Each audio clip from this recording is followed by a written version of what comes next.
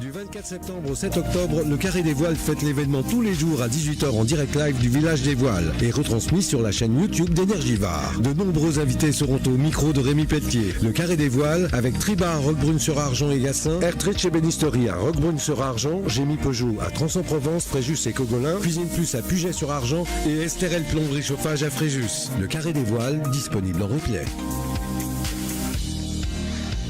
Bonjour et bienvenue pour le Carré des Voiles sur Énergivore, sur la chaîne YouTube de Énergivore.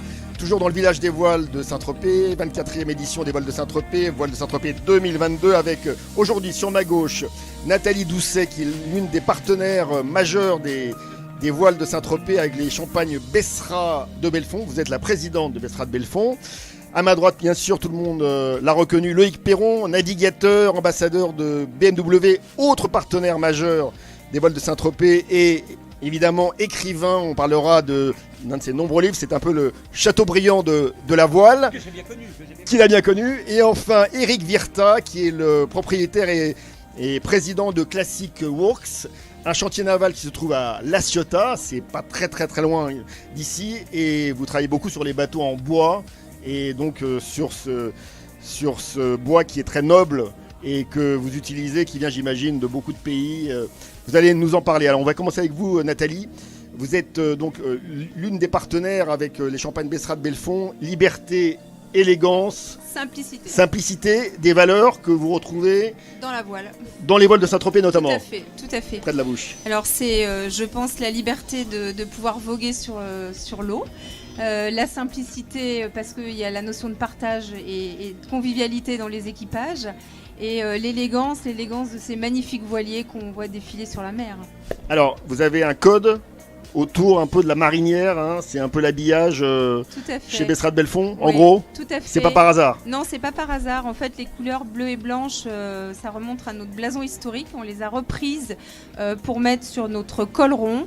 Et donc, nous avons ce code marinière et nous avons un partenariat aussi avec Saint-James qui est vraiment qui rappelle la mer. Une marque iconique. Tout à fait. Et alors donc, quelques mots sur l'histoire de Bessera de Belfond. C'est une marque qui a une vraie histoire, une vraie légitimité. Vous pouvez nous en parler un petit peu ? Bessera de Belfond remonte à 1843 sur les terres d'Ailly en Champagne. Bessera de Belfond est un partenaire historique de la gastronomie avec sa cuvée des moines parce que nous avons un savoir-faire tout à fait particulier avec une demi-mousse, ce qu'on appelle la demi-mousse, qui fait que nous avons des bulles 30% plus fines que celles d'un champagne traditionnel. Voilà. Je vous invite à le déguster avec modération. Et donc vous êtes maintenant présent sur beaucoup de marchés. Évidemment la France, mais pas que. Vous exportez, je crois, environ 40% de votre production. On exporte environ 40% de notre production sur des marchés porteurs comme les États-Unis, l'Australie, l'Angleterre, le Japon et donc à peu près 70 pays. Alors vous avez un espace assez important à l'entrée du village des Voiles de Saint-Tropez. Vous accueillez qui des clients, des amis, des passionnés de champagne, des passionnés de bateaux? On peut accueillir tous les amoureux du champagne. Puisqu'il y a du champagne à la dégustation, mais on accueille aussi nos partenaires, effectivement, nos importateurs. Là, j'ai des importateurs suisses actuellement qui sont sur le stand, nos distributeurs, nos clients clés. C'est un grand moment de partage et de convivialité. On les emmène aussi sur la mer pour pouvoir assister aux régates. Donc ça veut dire qu'il y a un vrai contact avec les voiles de Saint-Tropez. Tout à fait. Et j'imagine que tous ces gens-là reviennent ravis, comblés, reviennent ravis. Chaque année, la liste s'allonge et malheureusement, on essaye de satisfaire tout le monde, mais c'est un petit peu compliqué. Bon, on reparlera un petit peu avec vous un peu plus tard. Loïc Perron, merci d'être là. Je sais que l'emploi du temps est très chargé. Il y a notamment un livre qui va sortir dans quelques jours, hein, on peut l'annoncer. Loïc Perron, mais Route du Rhum, chez Solar Édition, 1978. Alors j'ai pas fait celle-là, mais 2022, mais Loïc connaît toute la Route du Rhum. Destination Guadeloupe, c'est son nom officiel hein, maintenant. Il faut dire Destination Guadeloupe. Heureusement. Qu'est-ce qu'on peut dire déjà? On a un départ, donc la prochaine édition, le 6 novembre, donc c'est dans quelques semaines. Est-ce que les 138 skippers au départ, vous en connaissez déjà une majorité? Ah, j'en connais de moins en moins, dis donc. Attends, heureusement. Hein. Il y a un renouvellement de la flotte, et particulièrement des skippers. Il n'y a pas beaucoup de femmes. 138 au départ, 7 femmes seulement, ça me surprend. C'est un pourcentage qui est vraiment très faible par rapport aux éditions précédentes. Il y a presque trop de monde en fait sur les lignes de départ maintenant. Il y a beaucoup de classes différentes. Vous savez, il y a les ultimes, les Ormas, enfin pas les Ormas, des monocoques de 18 mètres, ceux du Vendée Globe. Il y a des multicoques de 50 pieds. Et là, dans ce petit bouquin, je raconte, vous voyez, en fait, j'ai assisté au premier départ en 78, quand Mike Birch va gagner cette première édition. Ah ben voilà de l'ambiance qui arrive avec de l'écho. C'est ce qu'on appelle le défilé des équipages. Ah, c'est le défilé des équipages, bien sûr. Vous allez vous déguiser ce soir, vous, Rémi, comme d'habitude. Bien sûr, et avec Nathalie, on forme un tous numéro. Enfin, il est déjà déguisé, vous avez vu. Et donc, Route du Rhum, oui, c'est dans peu de temps. C'est la fameuse Transat française. Elle a lieu tous les 4 ans. La fameuse Florence Artaud qui avait gagné il y a quelques années. Laurent Bourgnon, il y a énormément. Et Rémi Pelletier, vous étiez là, Rémi. Il est en image. Ça, c'est important, montrez-le. À la télévision. Maintenant, vous êtes à la télévision, Rémi, vous savez. Voilà, je montrerai ça après. Alors, cette route du Rhum, juste quelques mots. Il y a un événement qui va marquer, j'imagine, tous les esprits. C'est le fait que Philippe Poupon prenne le départ, alors qu'il a déjà gagné la route du Rhum en 1986, vous l'avez gagné plus récemment. Il repart sur l'ancien bateau de Florence Artaud, avec lequel elle a gagné la route du Rhum en 1990. On peut dire que c'est quand même une belle histoire.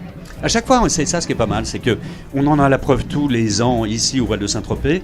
C'est pas le dernier bateau, le dernier né qui va forcément être le plus rapide peut-être, mais pas forcément le plus intéressant. C'est peut-être un des rares domaines, c'est un des sports mécaniques dans lequel on regarde et on apprécie et on entretient le passé pour mieux voir l'avenir. C'est ça ce qui est intéressant. Cette première semaine ici à Saint-Tropez nous montre un siècle d'évolution, ou presque architecturale, en tout cas sur les 2 semaines. Et c'est ce qu'on peut voir aussi maintenant de plus en plus sur les transats. On continue à faire des bonnes soupes dans des vieux pots. Alors ça ne veut pas dire que l'ancien Pierre Ier est un vieux pot, mais c'est vrai que c'est un vieux bateau légendaire avec Filou à bord. C'est ce que j'ai fait aussi il y a 4 ans, quand j'ai refait cette route du Rhum à l'ancienne sur le bateau qui avait gagné 40 ans auparavant. 78. Et c'est agréable justement de mettre en lumière tous les gens et tous les bateaux, les architectes et ceux qu'on a déjà un peu oubliés, parce que l'amnésie est un sport mondial extrêmement bien pratiqué. J'aime bien mettre la lumière sur les choses qui se sont passées et grâce auxquelles on en est là aujourd'hui. Avec un petit coup de chapeau évidemment à Laurent Bourgnon, seul double vainqueur de cette édition, enfin de cette course, la route du Rhum, sur le trimaran Primagaz, et vous avez largement combattu sportivement parlant, je veux dire. Affectueusement Laurent Bourgnon. C'était mon meilleur ennemi en fait. Voilà, et c'était des régates incroyables avec des grands prix, des transats, etc., etc. Juste quelques mots sur la route du Rhum. C'est une course donc en solitaire, mais qui part quand même à un moment de l'année où c'est pas facile, quoi. Les tempêtes hivernales, enfin d'automne, c'est quand même redoutable. C'était le coup de génie du fameux Étévenon qui a inventé cette course il y a 40 ans, un peu plus. C'était de partir en hiver et d'arriver en été, de partir d'un port malouin, ces fameux chargés d'histoire, de pirates et de corsaires particulièrement. Mais c'est vrai qu'il faut sortir de la Manche, on est en hiver, c'est le cas de le dire, jusqu'à la Corogne, c'est-à-dire en Espagne, rien n'est joué. On a eu des éditions, 2002 particulièrement, où on a eu les 9/10 de la flotte des Ormas, les trimarans de l'époque, qui ont ou chaviré ou cassé en plusieurs morceaux, ce qui a été mon cas. Donc ça peut être, la mer nous rappelle tous les jours qu'elle c'est pas une amie tous les jours. Alors on revient sur les voiles de Saint-Tropez. Vous n'êtes pas l'ambassadeur encore de Bessrad Belfond, mais ça va peut-être venir un jour. Mais en fait, vous êtes l'ambassadeur de BMW, partenaire majeur vraiment des voiles de Saint-Tropez, avec notamment Rolex. Qu'est-ce que vous faites quand vous êtes à Saint-Tropez avec BMW? Vous allez rencontrer différentes personnalités. J'ai la chance d'être un ami de la marque depuis 10 ans maintenant. Il y a une grande fidélité dans les partenariats avec BMW. Ils sont partenaires des voiles de Saint-Tropez à depuis 14 ans, je crois. On voit souvent ça dans la voile d'ailleurs, il y a une grande fidélité dans les partenariats, il n'y a que comme ça qu'on peut les envisager, me semble-t-il. Et donc ce que je fais, il y a des gens qui viennent découvrir tous les véhicules électriques, il n'y a que de l'électrique aujourd'hui en démonstration, vous pouvez aller faire des essais si vous voulez, ce sont des bagnoles étonnantes. Mais j'ai surtout découvert avec eux, en 10 ans et un peu plus, une évolution étonnante. J'ai appris que chez eux, ils avaient créé le premier département environnement dans les années 70. Ils n'ont pas attendu l'indispensable mouvement. Attention, alors voilà des amis de BMW aussi, mais avec modération, hein, messieurs. Hein. Et donc, Et donc voilà, j'ai la chance de partager une passion commune et puis surtout une vraie adéquation entre les valeurs de la voile et celles de cette belle marque automobile. Oui, alors juste quelques mots justement sur la performance dans le domaine automobile, la performance dans le domaine de la voile. Il y a des usines, il y a des essais en soufflerie, etc. On a beaucoup de points communs aussi, j'imagine, entre ces deux secteurs. Il y a eu beaucoup, entre autres sur la Coupe de l'América. BMW a été partenaire d'Oracle, par exemple, sur la Coupe de l'América pendant des années, une bonne décennie. Ce que j'aime bien dans leur philosophie, c'est efficiency. C'est un gros mot anglais qui veut dire efficacité, qui correspond exactement à ce qu'on veut faire en bateau. On ne veut pas forcément augmenter la puissance, on veut diminuer les freins. Et dans tous les domaines industriels comme sportifs ou comme passion, plutôt d'être le plus grand à chaque fois, le plus gros ou le plus puissant ou le plus rapide, c'est intéressant d'utiliser ce qu'on a en magasin. C'est exactement la preuve de cette première semaine. Ici, à Saint-Tropez, on a des bateaux qui ont un siècle et dont chaque équipage essaye d'exploiter 100% du potentiel, mais sans pour autant être le plus rapide, on s'en fout. Les bateaux centenaires qui ont participé au Gstaad Trophy organisé par le Yacht Club de Gstaad, qui se trouve donc en Suisse. Je sais, oui, je connais pas d'ailleurs, mais oui. En montagne. C'est en montagne, c'est joli. Alors, sur votre droite, vous avez quelqu'un que vous devez... Eh oui, quelqu'un de très bien. Que vous devez peut-être connaître, Merci, Loïc. qui s'appelle Eric Virta, qui est donc le monsieur qui est propriétaire de Classic Works. Vous êtes le président. Un chantier naval à La Ciotat. La Ciotat, c'est un peu un endroit incroyable où on restaure, on rénove, où on fait plein de choses. Tout à fait. Ça Sur devient le yacht, sur les yachts. sur les yachts, maintenant plutôt les super yachts, mais nous on était dans les premiers arrivés sur ce chantier qui a été délaissé par la fermeture de la chantier Normed en 1986. Et on est encore là, on est fort et on fait vivre des métiers qui, quelque part, n'ont pas vraiment raison d'être encore en France. On fait du travail manuel avec des matériaux nobles. On est toujours représenté ici au voile par nature des bateaux sur lesquels nous travaillons. Donc vous avez beaucoup de clients en fait qui Des participent. clients passés, peut-être des clients À venir. Tout à fait.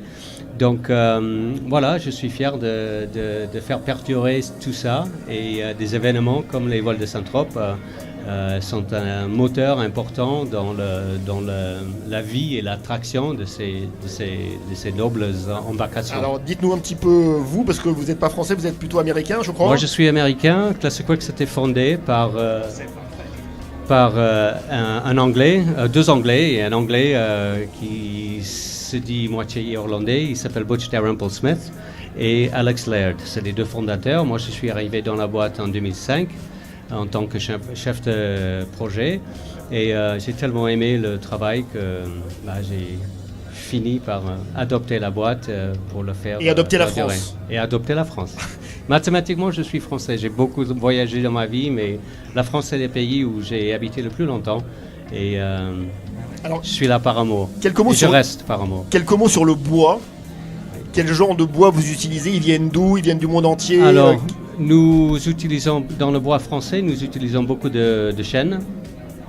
Pour les bois qui remplacent l'acajou, par exemple, c'est plutôt les bois africains.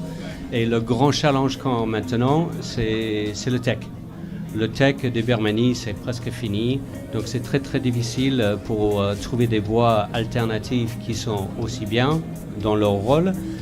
Donc il y a beaucoup d'expérimentation maintenant pour trouver des matières qui sont aussi nobles, mais disponibles sans déforestation et sans nier en préservant la planète. Exactement. Et alors là, vous êtes présent donc au voile de Saint-Tropez. Vous avez maintenant donc un stand sur C'est notre ça. gauche. Pourquoi? C'était une volonté pour mieux communiquer, mieux Exactement, rencontrer vos clients. c'était pour mieux communiquer. Nous sommes toujours là, comme j'ai dit, avec nos clients passés, peut-être futurs. Mais c'était important d'être présent, de participer dans une façon plus concrète. Alors merci beaucoup. Un petit mot Loïc. Je crois que Loïc veut rebondir. Il faut prendre le micro. Vous avez combien de bateaux ici qui sont passés dans vos mains? Moi, je dirais 15, une vingtaine. Je ne sais pas si on a le droit de faire le pub, mais s'il y a quelqu'un de Cambria, là, c'est nous qui avons fabriqué l'Orma de 45 mètres en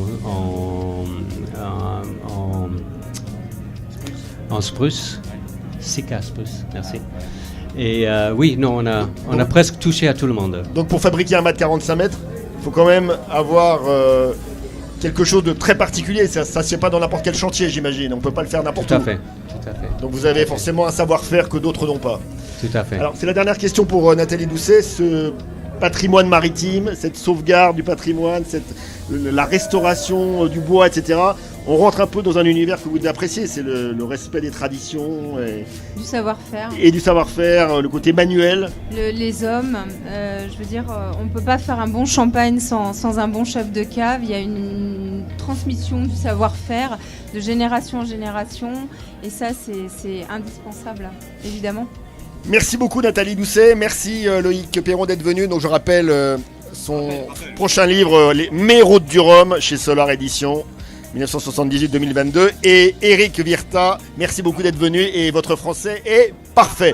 On se retrouve très vite pour la suite du Carré des Voiles sur Énergivore. Du 24 septembre au 7 octobre, le Carré des Voiles fête l'événement tous les jours à 18h en direct live du village des Voiles et retransmis sur la chaîne YouTube d'Énergivore. De nombreux invités seront au micro de Rémi Pelletier. Le Carré des Voiles avec Triba à Roquebrune-sur-Argent et Gassin, Ertrich et Bénisterie à Roquebrune-sur-Argent, Gémy Peugeot à Tronçon-Provence, Fréjus et Cogolin, Cuisine Plus à Puget-sur-Argent et Estérel Plomberie Chauffage à Fréjus. Le Carré des Voiles, disponible en replay.